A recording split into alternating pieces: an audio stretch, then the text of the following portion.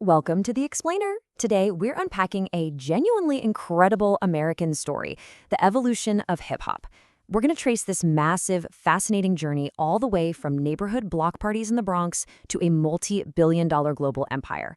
And, as we move through this history, we are going to shine a really big, well-deserved spotlight on the essential, often under-celebrated female pioneers who literally built, shaped, and currently dominate this entire industry. Let's get right into it. Okay, let's dive into this. Hip-hop absolutely did not start in some corporate boardroom, right? It was born in the inner-city communities of the Bronx, New York, back in the 1960s and 70s. Now, at the time, these neighborhoods were battling some pretty severe poverty and gang violence. But instead of just giving into that street warfare, the local youth, African-American, Afro-Caribbean, and Latino kids, created this brilliant alternative. They used DJing, breakdancing, and MCing as an escape. It was a creative outlet that started as a super raw minimalist street sound, but what's truly amazing here is that this very local underground art form was completely mainstreamed, and it sparked a massive commercial explosion, largely thanks to a visionary female pioneer. Section 1. Roots of the Rap Game.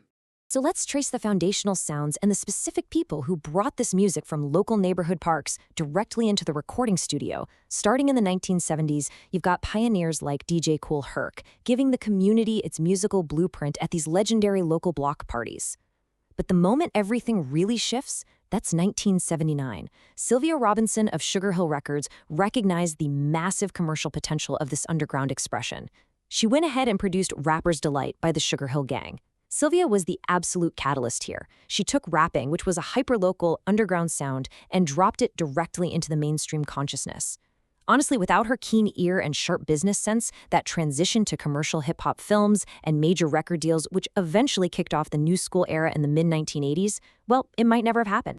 Now, you gotta remember, initially, the DJs were the main attraction. They were juggling beats, amplified through these massive speakers just to get the crowd moving.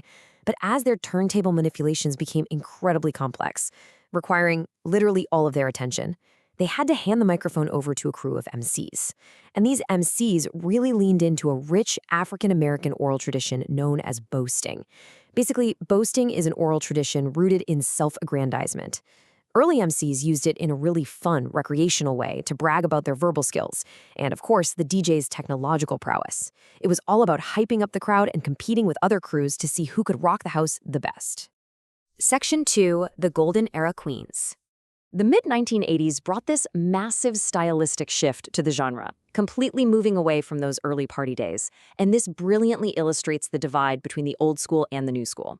Old school was all about those recreational party vibes, live bands, and simple AABB rhymes, your basic predictable rhyming patterns.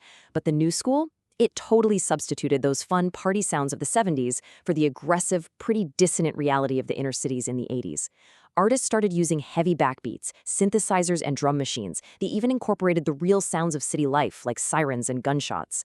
Plus, they completely elevated the lyricism, pairing their words with complex internal rhymes instead of just rhyming at the end of a sentence. Suddenly, the new school sound just explodes in a million different directions. You had the rock-oriented sounds of Run DMC and the pop sensibilities of DJ Jazzy Jeff and the Fresh Prince, and then you had the hardcore artists. Public Enemy pioneered conscious rap, combining harsh street sounds with sharp nationalist political commentary. Meanwhile, groups like NWA developed gangsta rap out on the West Coast, detailing graphic gang culture. In these hardcore styles, the microphone literally became a metaphorical weapon for an MC to dominate, or literally murder and rob their competitors. But hey, here is a vital piece of the history you absolutely cannot miss. Right alongside these changing aggressive sounds, female pioneers like Salt-n-Pepa, Roxanne Shante, MC Lyte, and Queen Latifah just exploded onto the scene. They introduced the black woman's point of view to rap fans, and let me tell you, these golden era queens proved beyond a shadow of a doubt that female rappers were absolute commercial and technical equals in what was a heavily male-dominated space. They matched the men in skill, in lyrical complexity, and in massive chart success. They didn't just participate, they knocked the doors wide open for every single woman who followed. Section 3. The Rise of the South. For a long time, the dominant narrative was all about this East Coast versus West Coast rivalry. But as we transition into the 21st century, the geographic center of hip-hop totally relocates. So the crucial point here is understanding what exactly defines this Southern shift. While there isn't just one single Southern style, They all pretty much share this core musical foundation. Southern rap is characterized as rhythmically and melodically minimalistic. It's anchored by a totally unique sonic blueprint, featuring heavy, booming bass and sharp, clicking hi-hats, which intentionally left a massive amount of open space for the vocals to really breathe. This foundation united an incredibly diverse region and ultimately changed how modern rap is engineered across the board. And wow, just look at the sheer variety from these regional epicenters. Down in Miami, you had Miami bass, grounded in deep grooves along with Latin and Afro-Caribbean rhythms. New Orleans gave us bounce, featuring these incredibly energetic parade-strutting beats. Over in Houston, DJ Screw literally invented the screwed style, which has these hypnotic, heavily slowed-down tempos. And then, of course, there's Atlanta, which developed high-energy club music called crunk, and eventually trap music, gritty stuff driven by that deep, rattling 808 drum machine bass.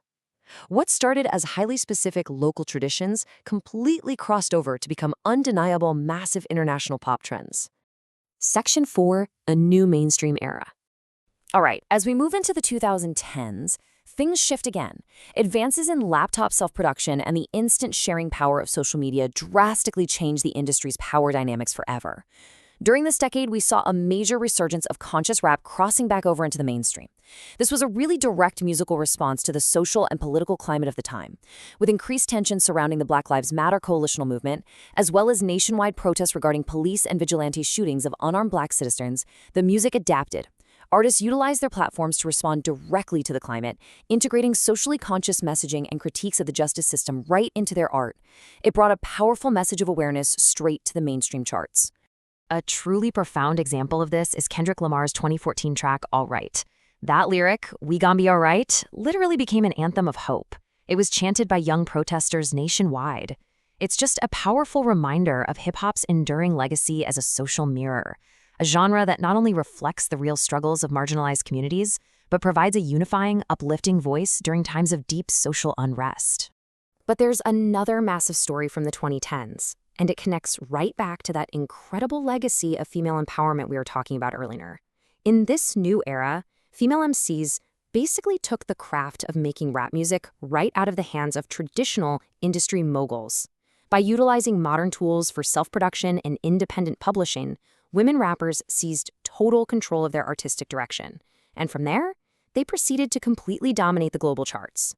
Now, what's really interesting here is how these specific artists proved they were running the game. You've got Nicki Minaj, who stepped onto tracks like Kanye West's Monster and delivered these brilliant, multi-voice rhymes that arguably outshone a whole roster of legendary veteran artists on the very same track. Then you have Cardi B, whose music probably asserts self-sufficient business power, sex positivity, and pays incredible tribute to her Africana Latina identity.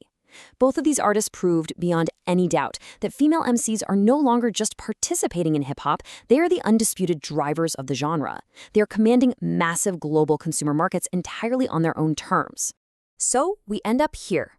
From Sylvia Robinson single-handedly mainstreaming the genre back in 1979, to the golden era queens demanding absolute respect in the 80s, to today's self-sufficient moguls running the charts. The truth is, women have always been the architectural pillars of hip-hop. So I want to leave you with a challenge. The next time you turn on the radio or open up your favorite streaming app, try listening just a little bit differently. Pay close attention to who is actually controlling the sound and who owns the narrative. Because with women now firmly sitting in the producer's chair, what do you think the next generation of hip-hop will sound like? Thank you so much for joining me in this explainer, and keep listening closely.